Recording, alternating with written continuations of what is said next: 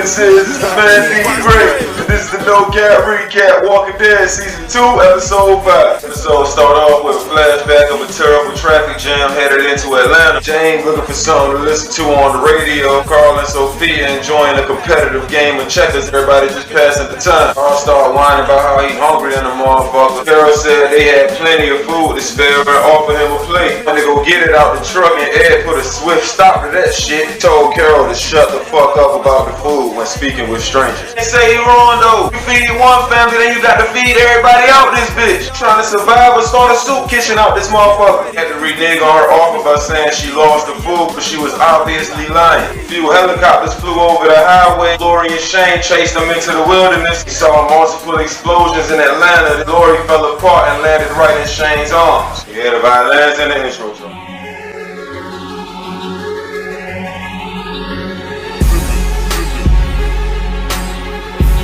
Intro, Lori overslept and woke up panicking like she had somewhere to be. Real life carrying it like she was late to work or something. Carol said they should show their appreciation to Herschel and them by making dinner for them, as long as they provide the ingredients in the kitchen to prepare it in. You giving thanks by cooking his food in his kitchen. Could have found that man a Hallmark card or something. Maggie come out and interrupt Glenn's guitar solo. Glenn reminded her that he still had 11 rubbers just in case she was trying to utilize another. She tried to little bow wow him again, but he was prepared this time. Got to spitting that Kyle Barker game to her ass, had her thinking different when she walked away. Shane nailing washcloths to trees and shooting Rick dirty looks on the slide. Rick broke the awkward silence by reminiscing about all the thoughts they fought back in the day. Shane even smashed the teacher in a statutory school scandal. Shane switched the subject and shortly after started snapping. You think that still searching for Sophia is a waste of time and that none of this would have happened if they just went to Fort Bennett. Daryl in the woods, Dolo dressed like the paper towel dude in the 80s. A snake slithered up and scared the fuck out his noble steed. Made him tumble down a nearby hill. He impaled his left abdomen by landing on his own arrow. Now he physically fucked up and could barely even crawl. Lori told Glenn that she is knocked up, but he better keep that between them. Rick walked up telling Lori about the altercation with Shane and how much it got to him. She gave him a reassuring pep talk and told him to snap out of it. Daryl still struggling to climb back up that hill. He was making pretty decent progress too. Then he ran out of resilience and toppled right back down to where he started from. Wake up hallucinating about Merle and start arguing with the Mirage. What he thought was Merle turned out to be the Walker Tag Team Champions. Killed the first one with a branch, then pulled the arrow out his side to shoot the second. Motherfucker landed perfectly on his chin like a kickstand. Finally made it to the top of the hill, but he still keeps seeing Merle and hearing his imaginary insults. Herschel found out that Lori and Carol was cooking in his kitchen and he ain't like that shit at all. All of his fridge and shit getting too comfortable. Told Maggie that she need to put a cease to the sneaky links with Glenn cause they all about to be gone soon. Then told Dale that he think all the women on a synchronized monthly cycle cause they all been on some whole other shit. He low-key bragging about his sexual encounter with Maggie and Dale instantly start hating. How the fuck you gonna be mad at that man for getting his fuck on when he could die any moment? You obviously trying to strike